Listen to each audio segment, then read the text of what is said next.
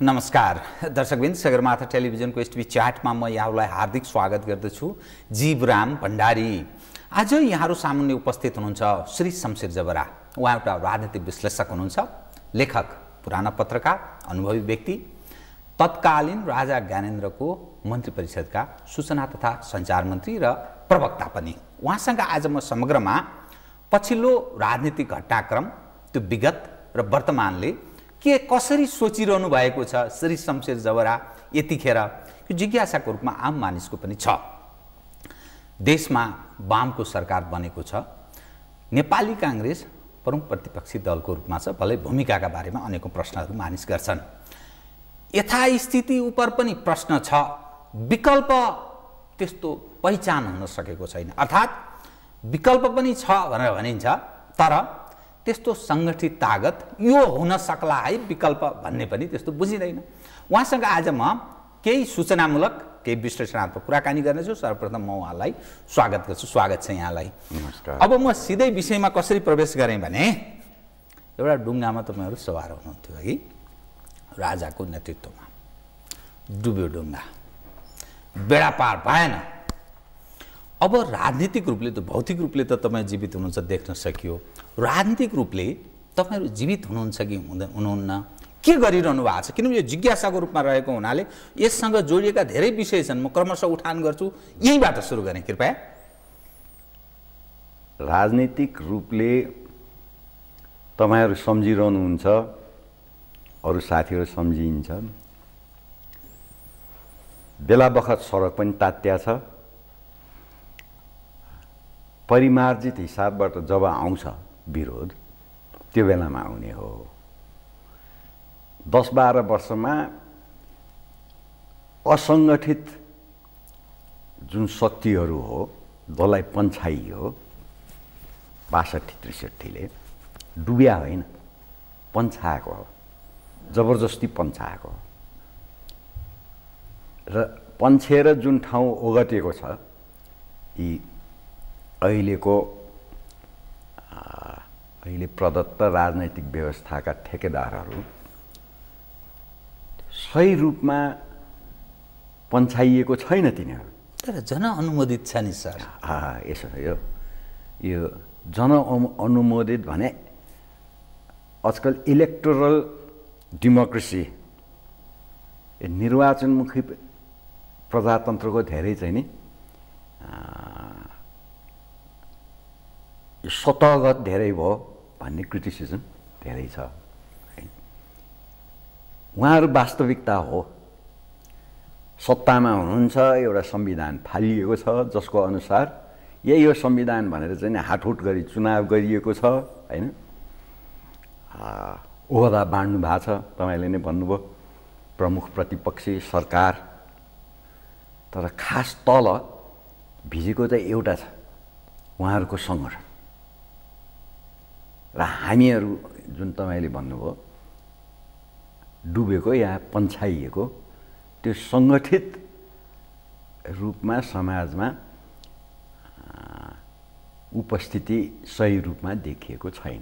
केही आश गर्नु भएको छ कि अब गयो यो भनेर सबै छोडिसक्नु? मैले त्यसकारण तपाईहरुको राजनीतिक रूपले तपाईहरु जीवित हुनुहुन्छ कि सकियो भन्ने निष्कर्षमा पुग्नु भएको छ भन्ने मेरो विषय हो। यो पार्टीगत राजनीतिमा त म छैन। किन? तर म 50 वर्ष पुग्न लाग्यो होला अब सार्वजनिक रूपमा लेखेको। लेख्दा लेख्दै बोल्दै जान थालियो। भनौँ न अर्को 20 वर्ष लाग्यो मलाई बोल्नलाई सार्वजनिक रूपमा। दल सम्बन्धी, मेरो आफ्नो राजनीतिक दल सम्बन्धी हामी जुन बेलामा हुर्क्यौँ पञ्चायतमा, आफ्नो रिजर्भेसन्स छ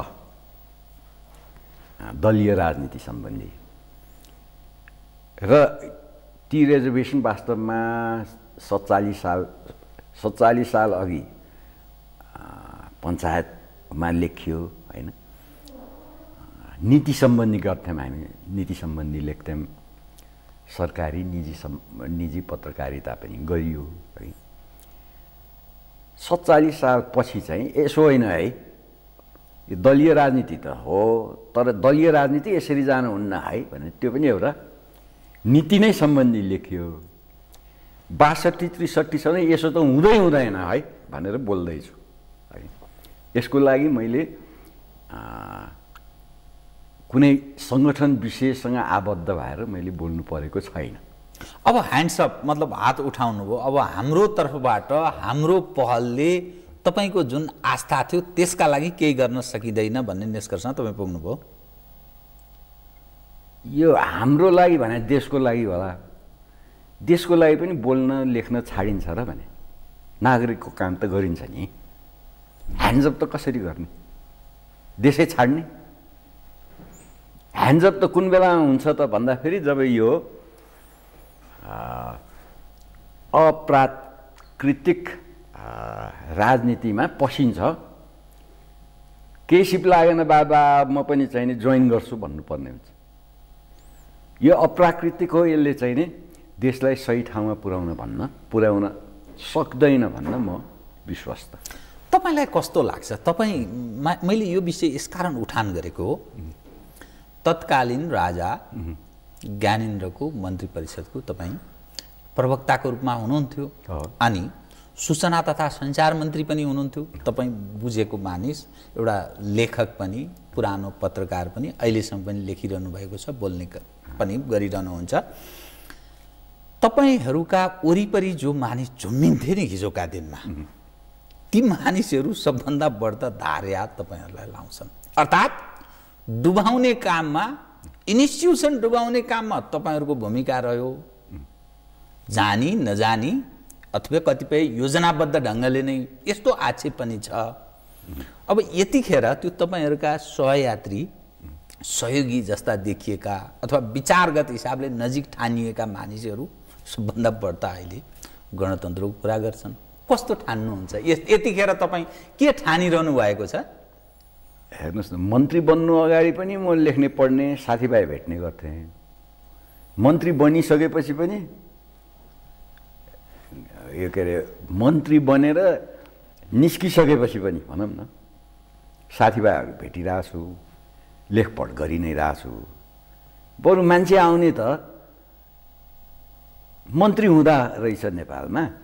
मन्त्री त 3-4 महिने मन्त्री बने मैले, मेरो लागि त्यो नै अनुभव भयो। जहाँसम्म राजा डुबाउने प्रश्न हो, राजाको समर्थकहरू पनि चाहिँ नि त्यसमा समावेश होला, तर सङ्गठित प्रयास त विरोधीहरूको हो। हामीले त महाराजधिराजको सदिच्छा बमोजिम जुन चुनाव रोकिएको थियो त्यो चुनाव गर्छौँ भनेर जुन जिम्मा लिइबक्सेको थियो, जसको लागि सबैको सहयोग आह्वान गरिबक्सेको थियो, हामीले त त्यो चुनाव गर्नेतिर लाग्यौँ। त्यति नै हो, गर्न सकिएको छैन। महाराजधिराजले छाडिपछि आन्दोलनले चाहिँ नि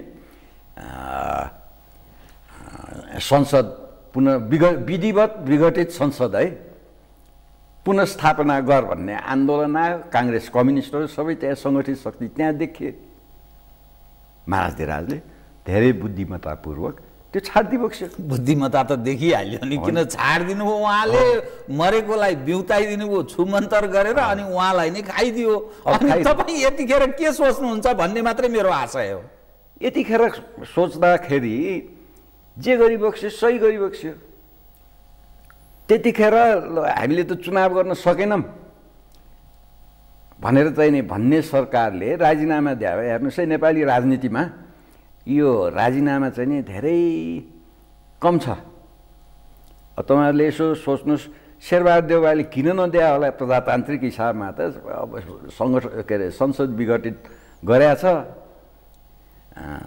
राजीनामा गरेँ भनेर प्रजातान्त्रिक हिसाबबाट जुन आउनुपर्ने राजीनामा किन आएन भनेर सोच्नुहोस्। त्योभन्दा अगाडि त उहाँ रोयल कङ्ग्रेस भइसकेको थियो काङ्ग्रेसभित्र। मातृका बाबुले राजीनामा गरेर दरबारमा प्रजातन्त्र बुझायो भन्ने एक थरी काङ्ग्रेस पनि थरी थरीका छन् नि। आरोपै भयो बिचरा मातृका बाबुलाई, त्यो आरोप नलागोस् भनेर मलाई नै दे भन्ने चाहिँ नि उहाँ प्रधानमन्त्री, निर्वाचित प्रधानमन्त्रीले निर्वाचन गर्न अक्षम ठहरिएको प्रधानमन्त्रीलाई फेरि चाहिँ नि मलाई नै दे भन्नुपर्ने अवस्था आयो। यो पार्टीभित्रको झगडाले त प्रजातन्त्र होइन कि संविधानै चाहिँ नि गोलमाल हुँदो रहेछ नेपालमा। तर राजनीतिमा एडभोकेसी भोकल्ली जसको कुरा बढ्ता सुनिन्छ, जनताले बढी बुझ्ने गर्छन्, मान्दछन् र सङ्गठन जसको छ, जो सङ्गठित तागत छ, त्यही हो नि। यथार्थ त राजनीति त्यही हो नि। तपाईँहरूलाई त्यस्तो महसुस हुँदैन हामी जस्तो कमजोर धरातलमा उभिएका राजनीतिक व्यक्तिहरूले राजालाई ठिक छ अघि बढी बक्स्योस् भन्दाखेरि संस्थै डुब्यो, हामी गलत थियौँ भन्ने कतै तपाईँहरूलाई त्यो महसुस, आत्मग्लानीको मैले विषय गरेँ, त्यो महसुस हुन्छ कि हुँदैन भन्न खोजेँ। यो चाहिँ तपाईँले राज संस्थाको मूल्याङ्कन सही गर्नु भएन भन्छु म। हामी जस्ताले ठिक छ गर्नुपर्छ भन्दैमा राजा गर्छन्। कसले चाहिँ अराउँछ त उहाँलाई? उहाँले आफ्नो विश्लेषण, आफ्नो विवेक, आफ्नो चाहिँ नि राष्ट्रको अवस्था, संविधानको अवस्थाले उहाँले गर्ने हो। कसैले उक्साएर उक्सिने, कसैले डुबाएर। अहिले पनि राजा त राजा छैनन् होला संविधानमा, अहिले पनि राजा त छँदैछन् होइन। जहाँ गए जनता पनि चाहिन्छन्। पूर्व राजा छ अघि उहाँको त अस्तित्व कहाँ छ र यहाँ मर्यादा क्रममा त उहाँको यो अहिले बोझमा काहीँ देखिँदैन। यही त मेरो भनाइ। यो संविधानले जे गर्न खोजेको हो नेपाली यथार्थ र चाहिँ नि संवैधानिक मूल्य मान्यता भन्दा उहाँ अहिलेका नेतालाई नयाँ राजा भनिन्छ नि। त्यो भनेको के त भन्दाखेरि परम्परागत राजाहरू, पूर्वीय राजाहरू यो स्वेच्छाचारी हुन्छन्, निरङ्कुश हुन्छन् भन्ने चाहिँ नि पश्चिमाहरूको भनाइ। ठ्याक्कै यही कुरा अहिले भएको छ। उहाँहरू संविधान माथि भएको छ होइन। यो संविधान चाहिँ नि अनुसार म काम गर्छु भनेर सार्वजनिक चाहिँ नि रूपमा भन्छन्, मन लागेको बेलामा च्यातिदिन्छन्। अब मर्यादामा के गरे, राजालाई पन्छाए, यो आयो सङ्गठनको बल मात्रै होइन कि चाहिँ विदेशीको बलले पनि है बिस्तारै त्यसमा ह्रास आइरहेछ। एउटा तपाईँसँग जोडिएको विषय उठान गर्छु, त्यसपछि म अन्यत्र बढिन्छु है। के भन्छन् मान्छे भने राणा र पञ्चहरू फाल्नका लागि काङ्ग्रेसको औचित्य थियो, जसले राणा फाल्नलाई शाहराजाहरूसँग मिल्यो काङ्ग्रेस, अनि पञ्चायत फाल्न कम्युनिस्टहरूसँग मिले। फलत काङ्ग्रेसले आफ्नो औचित्य अब पछिल्लो समयमा समाप्त गर्दै लग्यो। दोस्रो, काङ्ग्रेस र कम्युनिस्ट राज संस्था फाल्नलाई एक ठाउँमा उभिए। अब त्यहाँ काङ्ग्रेसको पनि अस्तित्व माथि प्रश्न उठ्यो। एक यससँगै जोडिएको विषय, कम्युनिस्टहरू यसकारण अब उनीहरूको औचित्य समाप्त भयो, अब नयाँ शक्तिको उदय यसकारण आवश्यक ठानिँदैछ अथवा सम्भावना छ। राज संस्थाको समाप्तिपछि जुन प्रयोजनका लागि कम्युनिस्टहरूलाई यसरी चाहिँ त्यो बढोत्तरी गरियो, अब त्यसपछि अब कम्युनिस्टहरूको पनि औचित्य छैन। त्यसकारण अर्को नयाँ खाले एउटा तागतको उदय हुने विकल्पको कुरा मानिस, एक खाले मानिस यो एङ्गलबाट पनि हेर्दा रहेछन्। तपाईँ एउटा लेखक पनि भएको हुनाले, किनभने हेर्दा हेर्दै तपाईँहरूले आस्था जनाएको, श्रद्धा गरेको इन्स्टिट्युसन पनि गयो, देश संहितामा गयो, हिन्दू राष्ट्र थियो त्यो पनि चट भयो। अब जिम्मा मेरो कारणले गल्ती भयो भनेर जिम्मा लिने कोही देखिँदैन। सबै चाहिँ धारे हात चाहिँ त्यही नारायण रेड्डीतिर यही राजले गर्दा डुबायो भन्ने खालको मात्रै दृष्टिकोण बन्छ। के ठान्नुहुन्छ? यो विश्लेषणसँग तपाईँ कति आफूलाई समीप ठान्नुहुन्छ? हेर्नुहोस् है, राणाको उपस्थिति 7 साल फाल्नमा पनि, राजाको उपस्थिति राजनीतिमा निरन्तर रह्यो एक या अर्को किसिमले। राणाले चाहिँ नि नारायणजीमा थुने पनि, नत्र यो प्रजा परिषदको काण्डमा राजा मुछिने थिएन। अहिले त किताबहरू धेरै आए है, राजाले काङ्ग्रेस बनाउन के गरे, प्रजा परिषद बनाउन के गरे भन्ने पनि आइसकेको छ है। पञ्चायतमा त अवश्य पनि उपस्थिति थियो है। काङ्ग्रेस अब जन्मेपछि त एउटा विचार पनि हो नि, मुभमेन्टसँगै नेतृत्वसँगै विचार पनि हो। सके पञ्चायतमा चाहिँ नि यो काङ्ग्रेस चाहिँ नि अब निर्मूल भइसक्यो, अब राजनीति चाहिँदैन भन्ने एक थरी पनि थिए, तर काङ्ग्रेस त बाँचिरहे। त्यो विचार हो। अहिले पनि यसो कोतर्नुहोस् त प्रजा परिषदका मान्छेहरू पनि भेटिन्छ है। कम्युनिस्ट आए, लगभग काङ्ग्रेसकै बेलामा आएर काङ्ग्रेसको अग्रिम भूमिका भयो त्यतिखेर होइन। अब कम्युनिस्ट चाहिँ नि जान्छन् भनेर चाहिँ नि म पत्याउँदै जसरी काङ्ग्रेस जान्छन् भनेर तिनका नेतृत्व र त्यहाँ भित्रको राजनीतिले कुन रूप लिन्छ भनेर हामीले हेर्ने हो। यो ठाउँमा गल्ती भयो, अब धान्न सकेन भने त्यो बेलामा परिवर्तन हुने हो। यहाँ त धेरै गल्ती त भइसक्यो, त्यो त सस्टेन गरिरहेछ यो देशले, कहाँ पुर्याउने हो भनेर तपाईँ हाम्रो चिन्ता हुनुपर्छ। लोकतन्त्र या प्रजातन्त्र भनेकै निरन्तर परिवर्तन हो भन्ने परिवर्तनलाई त तपाईँ हामीले रोक्नै छ। यो एउटा ध्रुव सत्य हो, विश्व परिवर्तनशील छ है। तर परिवर्तन भन्दैमा सही परिवर्तन कि गलत परिवर्तन भन्ने चाहिँ नि नतिजाले देखाइरहने हो। राजनीति पनि निरन्तर चलिरहने हो। अब यो सबै यो बिग्रियो, तपाईँको अलिकति भविष्यवाणी पनि छ तपाईँको प्रश्नमा होइन। यो बिग्रियो, अब कम्युनिस्ट नाश हुन्छन् भन्ने, यो बिग्रियो काङ्ग्रेस कम्युनिस्ट चाहिँदैन भन्ने, त्यस्तो अप्रोच चाहिँ राजनैतिक होइन। राजा छन् तर संविधानमा छैन अहिले, कुरा त्यो। अब जनताको चाहना बमोजिम आउने हो। तर एउटा कुरा चाहिँ म तपाईँलाई भविष्यवाणी नै दिन्छु, जनताले नै ल्याउने हो राजा, पारी गएर बुई चढेर ल्याउने होइन। तर यो काले मान्छे कहाँबाट अब जनताको जनमत त्यो फेभरेबल जनमत छैन। देखिएको जनमत भनेको त यही काङ्ग्रेस कम्युनिस्ट हो। अहिलेको कटु सत्य यही हो। 50, 60 वर्षसम्म सङ्गठन भएर सानो चाहिँ नि अब बिस्तारै हुँदै स्कुलैसम्म चाहिँ नि भर्खर चाहिँ नि दुध चुहिया गाला होइन, उहाँहरूलाई नै कार्यकर्ता बनाउँदै चाहिँ नि पहिला ढुङ्गा हान्ने होइन, त्यसपछि मुक्कामुक्की गर्ने, त्यसमाथि झन् अब गोली गट्ठा समेत चलाउने कार्यकर्ताहरू जन्माएर है। त्यतिन्जेलसम्म एउटा राजा थिए, ए नमार नेपाली हुन् भन्ने, अब त छैन, नमार भन्ने पनि छैन अब त। तपाईँले भन्नुभयो आउँदाखेरि यहीँबाट आउने हो भन्नुभयो, तर दौडधुप त वारिपारी बढ्ता छ उहाँको त, किनभने धेरैले त उतैबाट आउने हो भन्छन्। अस्ति भर्खर एकजनाले सोधे कि हाम्रो नेपाली राजाले माग्दैमा कसैले राज्य दिन्छ र भने,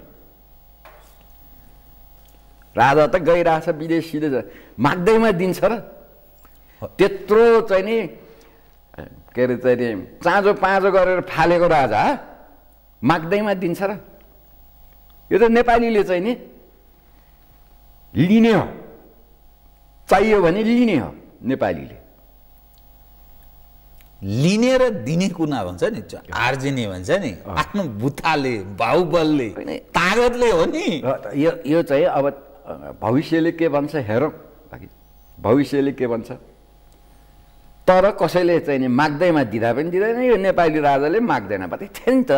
47 सालमा पनि चाहिँ नि भुटान जस्तो हुने या चाहिँ नि यो ऊ हुने, अहिले यसपालि चाहिँ खुब बेबी किङको खुब निस्किएको थियो होइन। उल्टो चाहिँ नि जनताको नासो भनेर छोडे राजाले। तपाईँ चाहिँ अब कस्तो निष्कर्षमा पुग्नु भएछ भन्ने मैले यसो अनुमानलाई विश्लेषण गरेँ अहिले कुराकानी गर्दा गर्दै।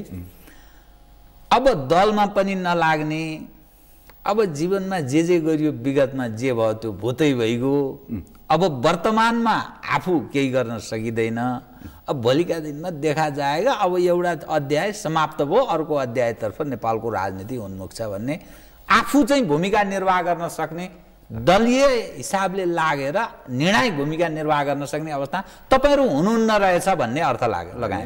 यसो छ, दल भन्ने राजनैतिक दल मेरो भनाइ पञ्चायत अवधिभरि पनि एउटा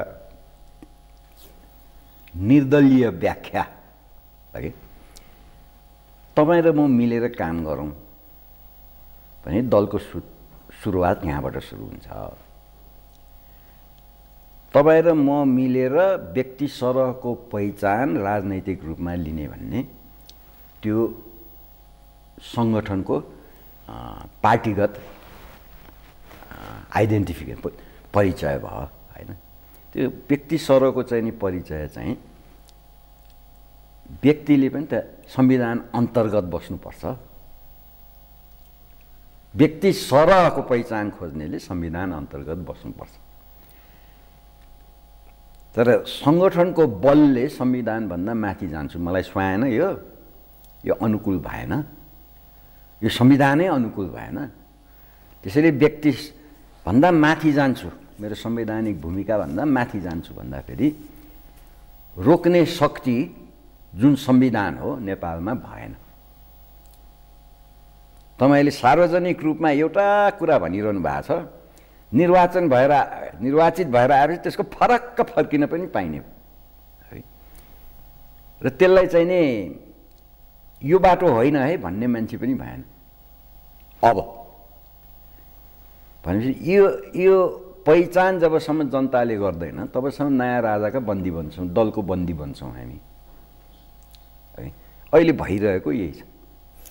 त्यो राजा र जो नयाँ राजाको कुरा आउँछ नि, त्यो चाहिँ नकारात्मक एउटा उपमा दिने एउटा प्रतीकको रूपमा, अर्थात् राजाहरू बदमास हुन्छन्, अय्यास हुन्छन्, यिनीहरू मोनोपोली गर्छन् भन्ने रूपमा त्यसरी बुझिन्छ। नेपाली जनमा त्यो सन्देश प्रवाह छ।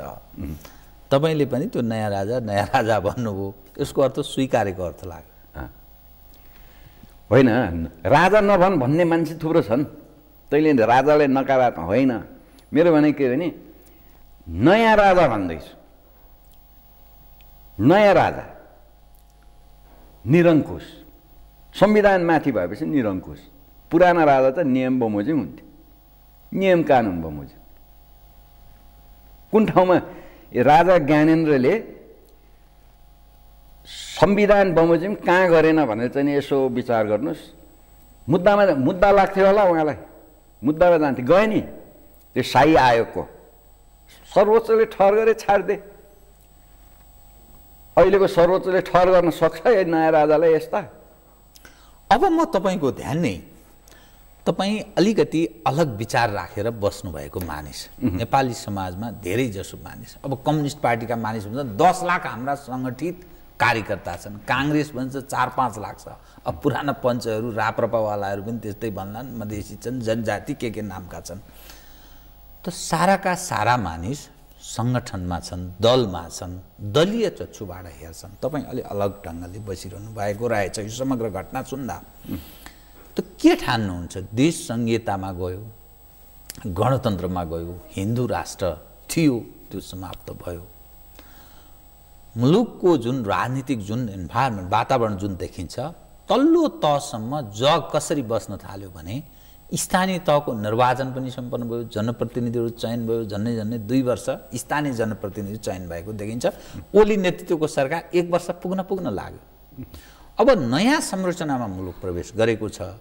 यसको राजनीतिक स्थिरता, नेपाली जनको भविष्य र नेपाल देश उप तपाईँ यतिखेर के सोच्नु? विश्लेषण एकदम छोटकरीमा विश्लेषण गर्नुहोस् त। तपाईँको नजरमा अति तरल, अति अस्थिर 2 शब्दले यिनी नै भन्छन् परिवर्तन गर न, संविधानमा चाहिँ संशोधन ल्याऊ, परिवर्तन गर भने के भने यो अस्थिर हो है, यो स्थायी होइन भने यिनीहरू नै मान्छन्। यहीँभित्र ल्याएदेखि यो जुन तपाईँले भन्नुभयो नि निर्वाचन भइसक्यो, ऊ भइसक्यो, त्यो हतारमा गरेर म त यो चाहिँ नि ओली सरकारले पाएको गालीमा कहिलेकाहीँ त सहानुभूति माया पनि लाग्छ क्या। ए संरचना बनाएको छैन, कानुन बनाएको छैन, नियम बनाएको छैन, ल चुनाव गरिहाल्छ चाहिँ यो ऊ भनेर चाहिँ अझ के अरे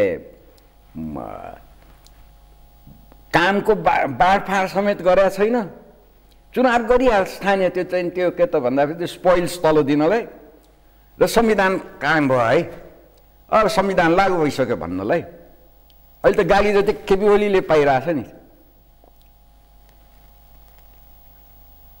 यति तरल, यति अस्थिर 10-10 लाख 15-15 लाख कार्यकर्ता भएका नेताहरूले यो देशमाथि थोपरियो। सबै त चाहिँ नि फेरि सबै नेपाली त पार्टीगत छैन। यो राजनीतिले देश खाल्डोमा गइरहेको छ भनेर त तपाईँ हामी सबै देखिरहेछौँ।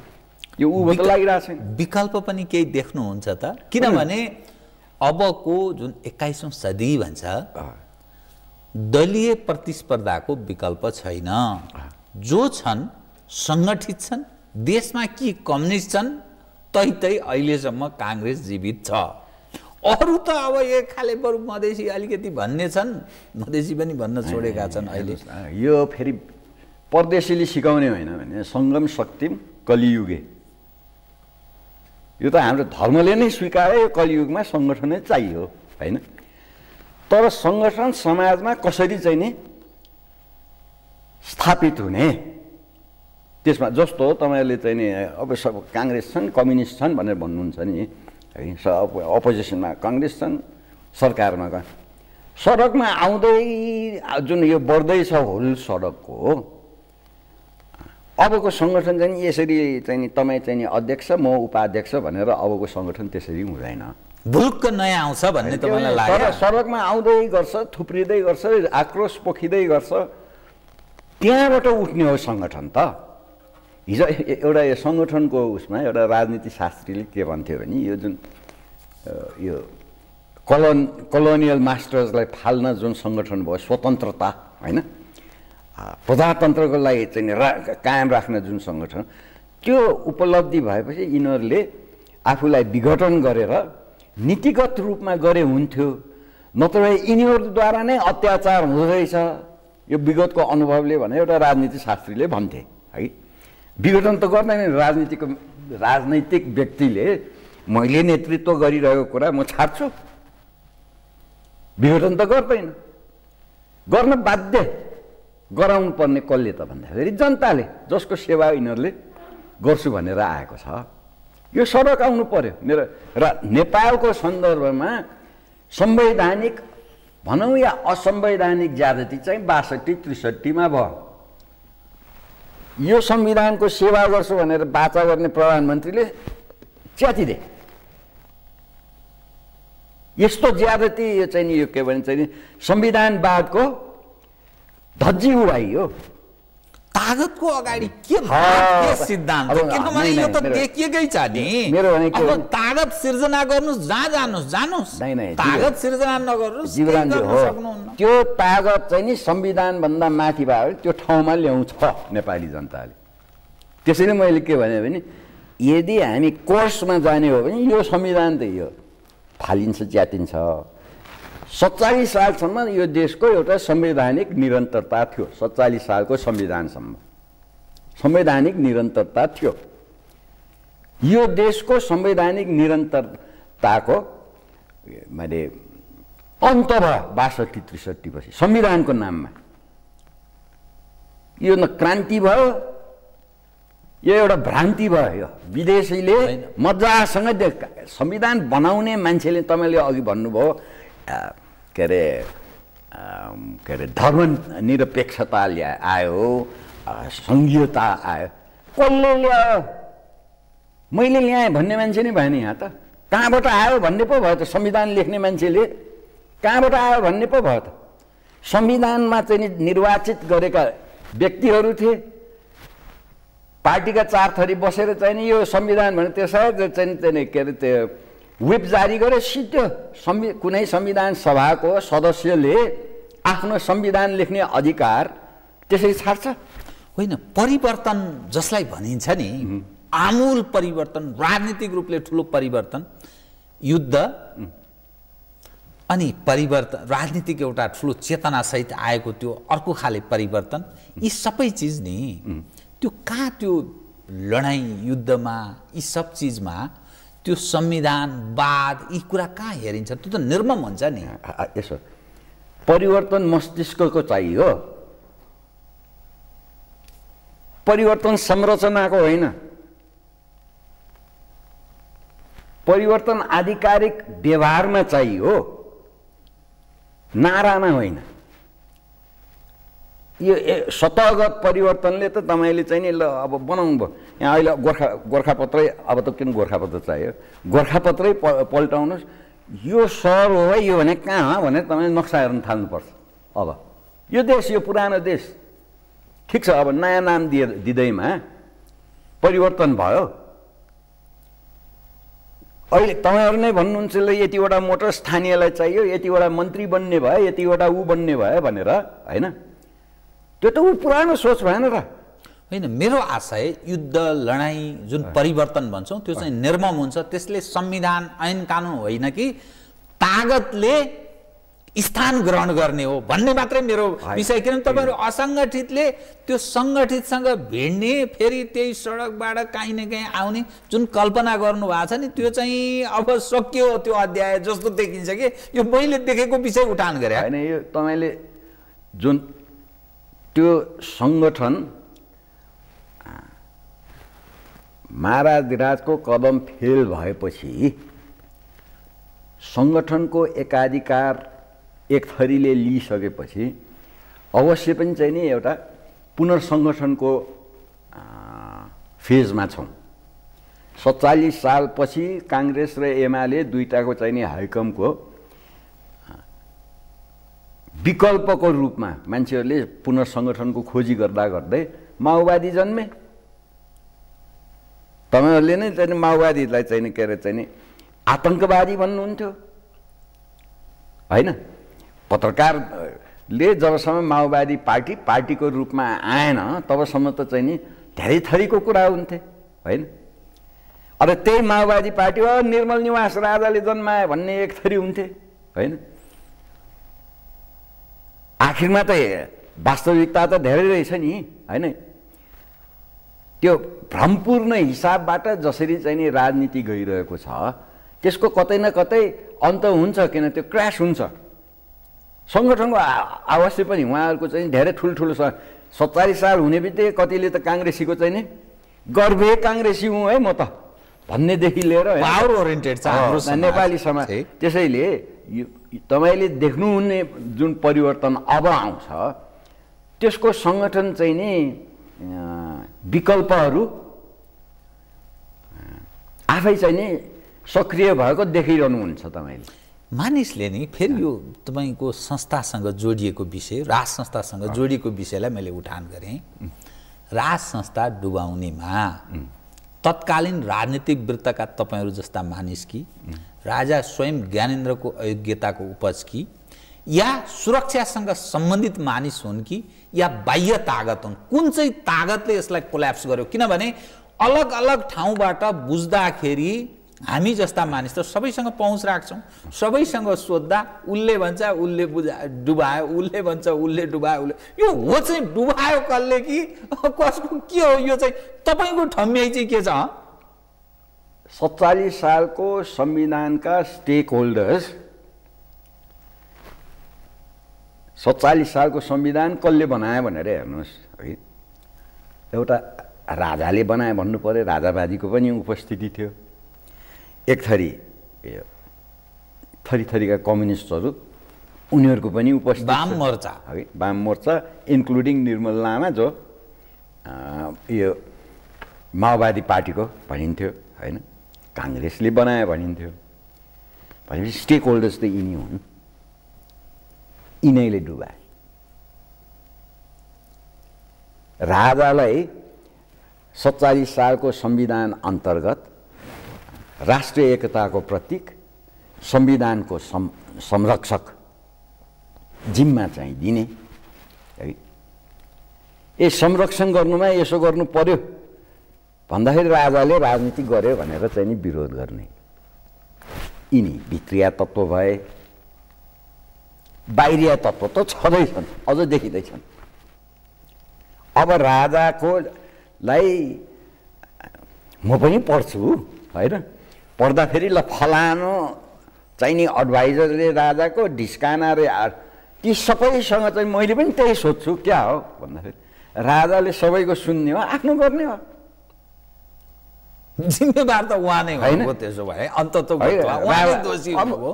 त्यो त जिम्मा लिइसकेपछि महाराज राजले होइन, जाँदैखेरि जिम्मा ल्यायो। डुबायो कसले भनेर तपाईँ भन्नुहुन्छ भने काङ्ग्रेस, कम्युनिस्ट, विदेशीले हो। अब यसमा के भने त्यसै त डुबाएन होला, त्यसै त त्यहाँ त्यो डुबाउनलाई पनि त्यो राजा वरिपरिकाहरू पनि रहेछन् होला, कमजोर पनि त पार्नु पर्यो नि। यो कसैलाई जित्नलाई त आक्रमण गरेर मात्र भएन, त्यहाँभित्र पनि त कमजोर त्यहाँ पनि होलान् मान्छेहरू, त्यो अझ देखिया छैनन्, त्यो अझै देखिया छैन। बिस्तारै कसले के लेखा हुन्छ, कसले के त्यहाँ हेरिँदैछ, खुल्दैछ होइन। धेरैलाई राजा नआओस् भन्ने पनि होला, त्यति राजावाद, त्यस्तो राजावादीहरू। आज राजाको आँखामा त क्लियर होला नि, आयो भने त आपत परेन। मै यहाँ बोलेको कति राजावादीलाई मन नपर्ला। राजावादी भने एउटै एकै किसिमको सङ्गठित शक्ति त होइन।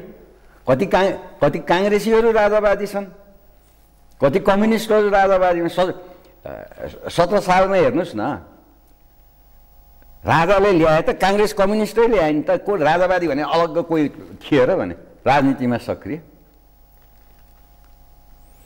त्यो कतिपय मानिस अब संयोग आजको कुन विषयमा जसलाई मैले याद आयो भने फोहरा दरबार छ नि, त्यो फोहरा दरबार नेपालका कम्युनिस्टहरूको जन्मको स्थानको रूपमा बुझ्छन् कतिपय। नेपालका कम्युनिस्टहरू जस्तो दामोदर शमशेर जबरा, जो तपाईँको काका हुनुहुन्छ, उहाँसँग बडाबा हुनुहुन्छ क्यारे, उहाँसँग जोडेर हेर्छन् नेपालका कम्युनिस्टहरू। जुन ठाउँमा अहिले कम्युनिस्टहरू स्थान ग्रहण गरेका छन्, तपाईँ के महसुस गर्नुहुन्छ?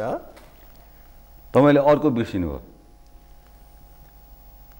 नेपाली कङ्ग्रेसको सेतो दरबारको अधिवेशनले राजाले दिएको संविधान मान्ने भन्ने भयो। काङ्ग्रेसको हेर्ने हो भने सूर्यप्रसाद उपाध्यायले के भन्थे भने, म काठमाडौँ कङ्ग्रेस, बिपी मातृका, के अरे चाहिँ नि कृष्णप्रसाद, गोपाल प्रसाद बनारस कङ्ग्रेस, सुवर्ण शमशेर, महावीर शमशेर, महेन्द्र विक्रम कलकत्ता कङ्ग्रेस भन्थे। ठाउँका काङ्ग्रेस होइन, आखिरमा आएर त नेपालमै जुटे। त्यस्तै कम्युनिस्ट पनि ठाउँका छन्, कोही फोहरा दरबारका होइन। अब सुन्नुहोस् न, फोहरा दरबारको भेन्यू हो त्यो, एउटा त्यहाँ सिंहमाहल बनाएको थिएपछि त्यो खाली थियो, त्यो प्रयोग भयो। सेतो दरबारमा चाहिँ नि त्यो खाली थियो, त्यो प्रयोग भयो हल, होइन। तर दामोदर शमशेरलाई त्योसँग के अरे फोहरा दरबारसँग उहाँको ठेगाना पनि फोहरा दरबार हो, होइन।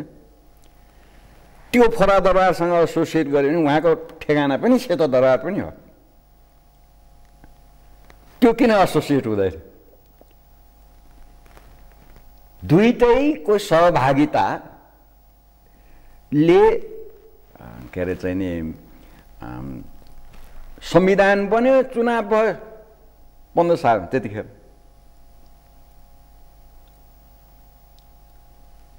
दुवैले भने 15 सालको चुनावमा त सबै सहभागी भए। अब कम्युनिस्ट पुष्पलाल कम्युनिस्ट त्यहाँ जन्मियो होला, कोही कमर शाह कम्युनिस्ट कता जन्मियो होला। अहिलेको जुन सिस्टम छ नि, यो व्यवस्थामा इन्जोय गरिरहेका र त्यही पार्टीमा देखिएका मानिसहरू, कतिपय मानिस असन्तुष्ट छन् कि यो हुन त भयो, देखिँदा बाहिरबाट यसो हेर्दा त्यसको नेतृत्व पङ्क्तिका जस्ता पनि देखिन्छ, तर असन्तुष्टि व्यक्त गर्छन्, असन्तुष्ट जस्तो देखिन्छ। ती मानिसहरू चाहे काङ्ग्रेसका हुन् चाहे कम्युनिस्टका हुन्, तपाईँहरूसँग यसो सम्पर्कमा आउने ल है भन्ने खालको यसो भेटघाट सम्पर्कको पनि विषय बन्ने गर्छ कि उही तपाईँहरू एक ढङ्गले हिँड्नुहुन्छ, अर्को ढङ्गले अर्को पक्ष के छ स्थिति? मेरो कुरा गर्नुहुन्छ भने म कतै जान्न सिटिमिति। साथीभाइहरू जुन आउँछन् नेपाली हुन्, काङ्ग्रेस पनि नेपाली हुन्, कम्युनिस्ट पनि नेपालीहरू आउँछन् नेपाली राजनीति गर्न होइन। ठुल्ठुलो नेताहरू कहाँ म जान्न, ठुला नेताहरू आउँदैनन् म कहाँ त धेरै जसो व्यावसायिकहरू छन् होइन। कुरा गर्ने हो, कुरा असन्तुष्टि विकल्प यस्ता पनि कुरा गर्छन् कि भन्ने मेरो आशा है। त्यो त राजाले के अरे संविधान सभाको चाहिँ नि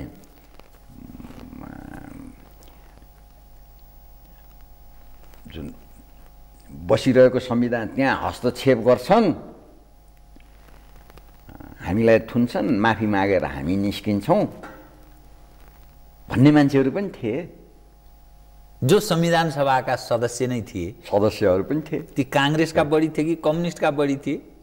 मैले व्यक्तिको नाम सोध्न चाहे। म चाहिँ निर्दलीय व्यक्ति, यो काङ्ग्रेस यो कम्युनिस्ट म चिन्दिनँ। तपाईँलाई यो निर्दलीयको त्यो धङधङ्गी चाहिँ किन? किनभने देश दलमा गइसक्यो, गणतन्त्रमा गइसक्यो, देशै परदेशमा गइसक्यो, एउटा देश परदेश भइसक्यो, अनि किन यो बाँकी तपाईँलाई? निर्दलीय रूपमा हेर्दाखेरि विश्लेषण पनि सही पुग्दो रहेछ, किन आफ्नो स्वार्थ त रहेन त्यहाँ। यहाँ त सबै बुद्धिजीवी नै चाहिँ नि दलीय भएर पो त यहाँ यत्रो बिग्रियो।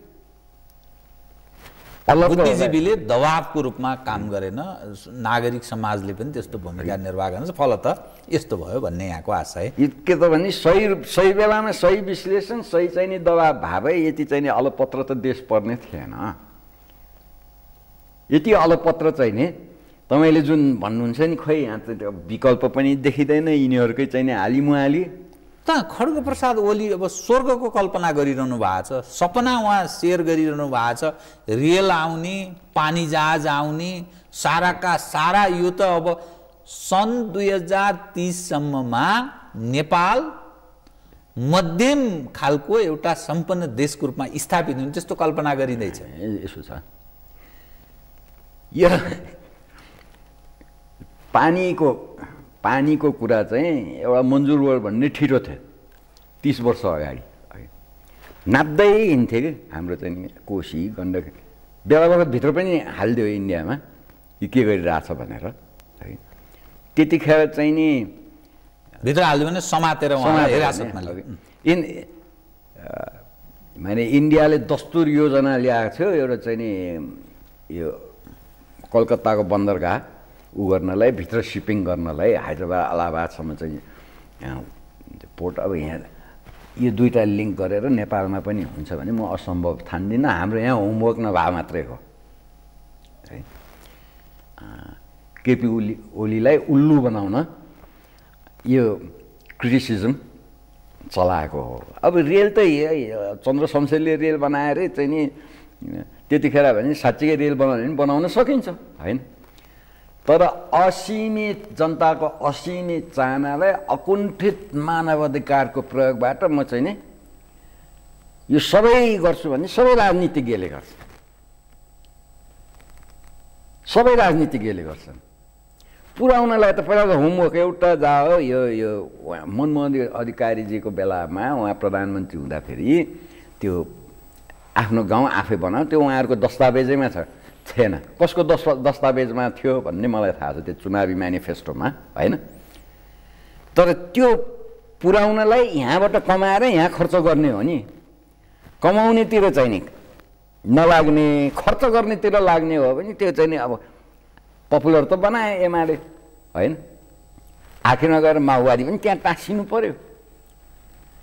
तर हामी त टाट पल्टिन लाछौँ, देश 6% को ग्रोथ भन्छ है। तपाईँकै यहाँ यो अन्तर्वार्तामा कति आय भयो अरे, कति व्यय भयो अरे, हाम्रो चाहिँ यस्तो छ, काली लाग्दो स्थिति छ भने तपाईँहरूले चाहिँ प्रश्नमा सोध्नुहुन्छ। अब यत्रो पैसा यो भ्रष्टाचार र विकासोन्मुख मुलुकमा कन्स्ट्रक्सनमा पैसा यो जोडिया छ क्या। तपाईँले त्यतिखेरको एक्जाम्पल दिन्थ्यो, सहरीकरण भनेर चाहिँ नि अफ्रिकाको जङ्गल बीच ठुल्ठुला घर, चौडा बाटो, यसो चाहिँ नि निस्किन पाएको छैन, यस्तो भयो भने त्यसमा के भने हरेक चाहिँ नि निर्माणमा चाहिँ नि पैसाको चाहिँ नि लेनदेन हुन्छ। त्यसैले निर्माणमा चाहिँ नि त्यसैले यो ठुल्ठुला कुराहरू राजनीतिज्ञले गर्छन्, पुर्याउने प्रयास पनि होला, तर म चाहिँ नि आफ्नो क्षमताले यो गरेको म देख्दिनँ। हामीलाई डुबाउनलाई यो सबै कुरा भइरहेछ कि ऋणले अहिले चिनियाहरूले ऋण दिने यहाँ है डेट ट्र्यापमा पर्छ है भनेर अहिले अमेरिकन प्रोपागेन्डा त्यता छ नि होइन। त्यस्तै गरी हामी ऋण लिँदै रेल बनाउँदै गराउँदै चाहिँ नि तपाईँको हिजोसम्म चुनावमा के भन्थे गाउँघरको मान्छेले पनि बाटो चाहियो, पानी चाहियो, ऊ चाहियो भने के को लागि? त्यहाँ गाउँलेहरूलाई बाहिर निकाल्नको लागि कि गाउँलेहरूलाई त्यहीँ लगानी दा यहाँ बसेर राम्ररी गर भन्नु गाउँ चाहिँ नि गए। हर विषयलाई हामीले शङ्काको दायरामा राखेर हेरिनुपर्छ, किनभने धेरै बिग्रन सक्छ भन्ने। अब म कार्यक्रमको ठिक अन्त्यमा आएँ कि एकदम छोटकरीमा आई दुईवटा विषयको जवाब दिनु होला। तपाईँ माधव शमशेरको नाति है कि तपाईँहरूको मैले सुन्दाखेरि जमिन कति थियो भनिन्छ भने उस समय अर्काको जमिनमा तपाईँहरू टेकेर पूर्व मेचदेखि पश्चिम महाकालीमै हिँड्नु पर्दैन, त्यस्तो अवस्थामा तपाईँहरू हुनुहुन्थ्यो सुनिन्थ्यो कि त्यो ढङ्गको तपाईँहरूको प्रपर्टी त्यो थियो। फोहरा दरबार तपाईँहरूको त्यो त्यत्रो प्रपर्टी तपाईँ अहिले 5-7 आनामा तपाईँ सीमित हुनुहुन्छ। फालियो त तपाईँहरूलाई शाहहरूले फाले, सारा चिज सम्पूर्ण सम्पत्ति यी सब चिज तपाईँहरूको समाप्त भयो। तपाईँहरूमा यो शाहहरूप्रतिकै मोह तपाईँमा चाहिँ किन? 1 नम्बर 2 यो अन्धकार छ कि नेपालको राजनीतिमा तपाईँले जुन सपना देखिरहनु भएको छ या सम्भावना पनि केही छ? यो दुई विषयको एकदम छोटकरीमा बताइदिनुहोस् त। किनभने मान्छेलाई लाग्छ नि हाम्रो पुर्खा पूर्वज हामी यति यो अवस्थामा थियौँ, श्री 3 का हामी सन्तान, हाम्रै पो राणा शासन हुनु पर्थ्यो भनेर बरु तपाईँले त्यो भन्ने स्थिति चाहिँ किन नबने? किन शाहको मोह देखाइरह? शाहको मोह देखायो होइन, यो तपाईँहरूले मलाई प्रश्न गर्दाखेरि जहिले पनि राजाको प्रश्न तपाईँले गर्नुहुन्छ, म हच्किन्न त्यति मात्रै हो होइन। संवैधानिक कुरा गरिरहेको छु, एउटा विचार गर्नुहोस्। संवैधानिक कुरा गरिरहेको छु मैले, राजाको र मैले ल्याएँ होइन तपाईँले ल्यायो, तर मलाई चाहिँ त्यो लघुतावास हुँदैन। किनभने देशलाई राजा चाहिन्छ सिद्ध। किन चाहियो भने नेता यस्ता छन्, छिमेक यस्ता छन्, नेता यस्तो छ, राजनीति यस्तो छ। जनता जस्ता छन्, नेता त्यस्तै हुन्छ नि। त्यही समाजले स्थापित गर्ने मानिस हो। जनता यस्ता छन्, जनताको नाममा जुन भइरहेको छ यो बारे चाहिँ नि बिस्तारै जनता धेरै नै सोच। आजकल तपाईँ अस्ति कस्तो मान्छे आउँछ भने धेरै युवाहरू अर्का पार्टी क्रान्तिकारी पार्टीका मान्छेहरू तिनीहरू पनि आउँछन्। हामी त रणबुल्नमा परे, यो त होइन रहेछ है इतिहास जस्तो हो। तपाईँले भनिहाल्नुभयो कि माधव शमशेर पूर्वदेखि पश्चिमसम्मको चाहिँ नि जग्गा होइन, उहाँले तीन पाटन वीरता प्लस आफ्नो जग्गा र यहाँले सही रूपमा चाहिँ मान्नुभयो म अहिले 5-7 आना, त्यो कारणले मैले राजाको विरोध गर्नुपर्ने अवस्था देख्दिनँ। किन मेरो लागि देशको लागि राजा चाहिन्छ। अब केही छ तपाईँ यो जुन अवस्था छ केही विकल्प पनि देख्नुहुन्छ कि अब सबै जानुपर्छ 47 भन्दैछु। हस् 47 को तपाईँको तृष्णा हस् कार्यक्रममा आइदिनु धन्यवाद है तपाईँलाई। धन्यवाद। आदरणीय दर्शकवृन्द, उहाँ हुन्थ्यो श्री शमशेर जबरा, एउटा राजनीति विश्लेषक, लेखक, पुराना पत्रकार, पूर्व मन्त्री, पछिल्लोदेखिको नेपालको राजनीतिक तस्बिर पर विश्लेषणात्मक कुराकानी गर्दै म लगायत मेरो सम्पूर्ण युनिटलाई कार्यक्रमबाट बिदा दिनुहोस्। तर सगरमाथा टेलिभिजन हेर्दै रहनुहोला। नमस्कार।